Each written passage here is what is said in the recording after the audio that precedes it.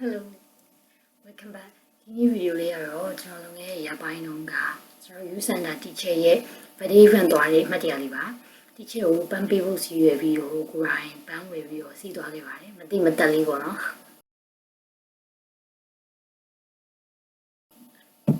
ဒီဗီဒီယိုမှာတော့လေ birthday event Use Center ကကျွန်တော်ဘောကိုဘယ်လိုမျိုးပြောင်းလဲ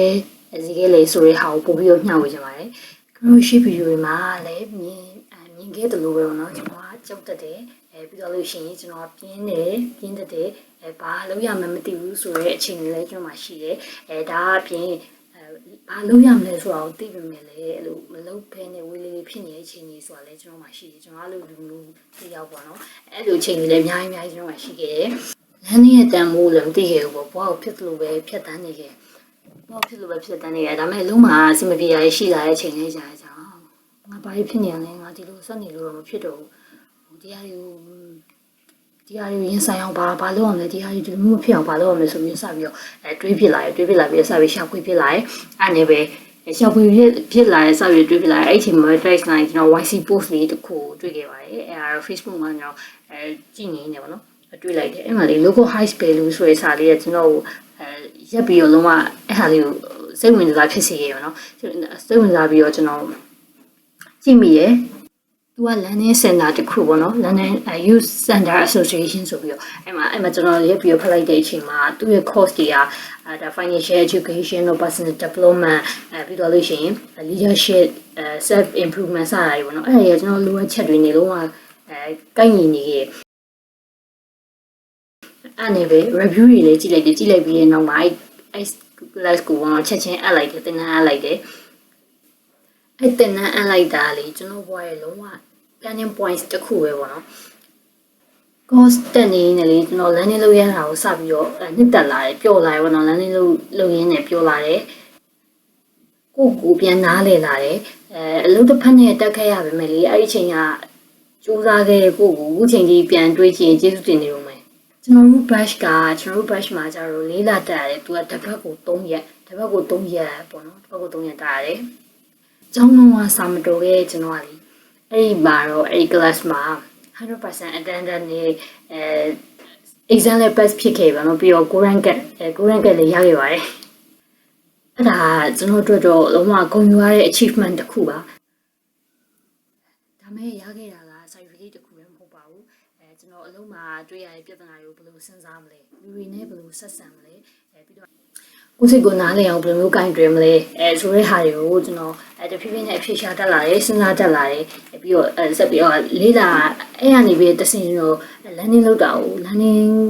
ပို့ပြီးတော့စပြီးတော့ချစ်လာတယ် learning လုပ်ချင်လာတယ်ပေါ့ဖြည်းဖြည်းနဲ့ learning လုပ်ပြောလာတယ်ပြီးတော့စာအုပ်တွေလည်းဖတ်ဖြစ်လာတယ်networking ရဲ့တန်ဖိုးလည်းပို့ပြီးတော့နားလည်လာတယ်ပေါ့ကိုတိုးတက်အောင်ဘယ်လိုလုပ်ရမလဲဆိုတာကိုစပြီးတော့ရှာဖွေတတ်လာတယ်ဒါပေမဲ့ course ပြီးသွားတဲ့အချိန်မှာအလုပ်တွေများပြီးတော့ဟိုကျွန်တော်တို့ဒီ learning နေသွားတဲ့အချိန်တွေလည်းရှိပါတော့ဒါပေမဲ့အဲ့အချိန်မှာတချို့ပြောတဲ့စကားလေးကိုအမြဲတမ်းတတိယရောနော်အဲ့ဘာလဲဆို learning ကိုဘယ်တော့မှမရက်တန်းလိုက်နဲ့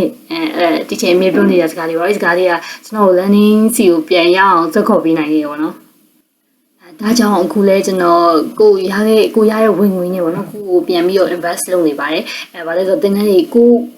အတွက်ပေါ့နော်သင်တန်းတွေကျွန်တော်တက်ဖြစ်တယ်အင်္ဂလိပ်စာသင်နေရပြီးတော့လို့ရှိရင်ကွန်ပျူတာလည်းပြန်လုပ်ဖြစ်တယ်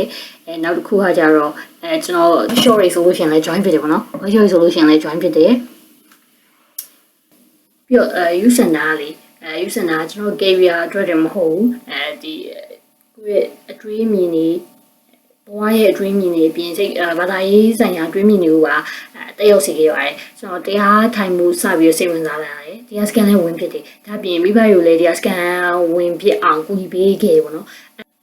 အဲ့ဒီအတွက်ကျွန်တော်တကယ်ပြောပြီးတော့ကိုယူမိတယ်ဒါပေမဲ့ဒီမှာရေးကြီးရတစ်ခုတော့ပြောချင်ပါတယ်အဲ့ဒါကဘာလဲဆိုတော့Youth Center တက်ပြီးတော့ကျွန်တော်ဘဝရေလုံးက perfect ဖြစ်သွားအဲ့လိုမျိုးမဟုတ်ပါဘူးအခုချိန်ထိလည်းကျွန်တော်ကြောက်တာတွေကရှိနေတော့မယ်ကျွန်တော်မလုပ်ချင်တာတွေကနောက်တွန်းတာလေးတွေကတော့ရှိနေတော့မှာပဲဒါပေမဲ့အဲ့လိုမျိုးချိန်ကိုအဲ့လိုမျိုးကြုံရတဲ့အခါမျိုးမှာဆိုလို့ရှိရင်တော့ကျွန်တော်တို့ပိုကောင်းတဲ့ choice တွေကိုရွေးချယ်ထလာတယ်ဒါပြင်ကိုပိုကောင်းတဲ့မျိုးတွေကိုမေးထလာတယ်ကိုအတွက်ကိုပေါ့နော်ပိုကောင်းတဲ့အရာတွေဆိုလို့ရှိရင်လို့ပိုရဆန္ဒရှိလာတယ်ကိုဘွားကိုယ်တိုင်တာဝန်ယူရလာတယ်အဲ့ဒါကျွန်တော်ဘွားအတွက်အရေး ကြီးဆုံးပြောင်းလဲမှုပါပဲဒါကြောင့် event အကြောင်းဆိုတာတက်ကျွန်တော်ဘဝကိုလမ်းပြပေးခဲ့တဲ့ပြောင်းလဲစေခဲ့တဲ့ယူစန်တာဒီချိန်နဲ့ယူဇနာကိုကျေးဇူးတင်တဲ့မှတ်တမ်းလေးတစ်ခုလည်းဖြစ်ပါတယ်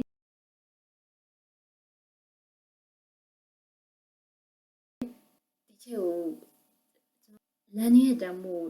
ကျွန်တော်ဘဝမှာလမ်းရဲ့တမ်းမှုနားလည်လာအောင်ပြီးရင်ကိုယ့်ကိုပြောင်းလဲဖို့တတိရှိလာအောင်လမ်းပြပေးခဲ့လို့ကျေးဇူးအများကြီးတင်ပါတယ်အခုလိုလူမျိုးတွေအတွက်တမ်းမှုရှိတဲ့နေရာတစ်ခုကိုဆက်ပြီးတော့တိစောက်ပေးနေရအောင်လေအရင်လေးစားပါတယ်ပြီးတော့ YCR ဖြစ်ရအောင်လည်းတကယ်ကိုယူပါတယ်ခင်ဗျားတို့ဘဝမှာခင်ဗျားတို့ရဲ့ဘဝအတွေးမြင်နေသို့မဟုတ်ပြောင်းလဲတွေကိုဖြစ်စေတဲ့လူတစ်ယောက်ယောက်တော့မဟုတ်နေရာတစ်ခုခုရှိခဲ့ဘူးလားအဲ့လိုမျိုးရှိခဲ့ဆိုလို့ရှိရင် comment မှာရေးခဲ့ပေးလို့ရပါတယ်ခင်ဗျားတို့ရဲ့ story ကိုဖတ်ရမှာလဲကျွန်တော်ရန်စိတ်ဝင်စားပါတယ်ဒီဗီဒီယိုလေးကိုကြိုက်တယ်ဆိုလို့ရှိရင်တော့ like and subscribe လုပ်ခဲ့ပေးလို့ရပါတယ်နောက်တစ်ပတ်ဒီလိုဗီဒီယိုတွေမှာပြန်တွေ့ပါမယ်ကြည့်ရှုပြီးလို့အားလုံးကျေးဇူးအများကြီးတင်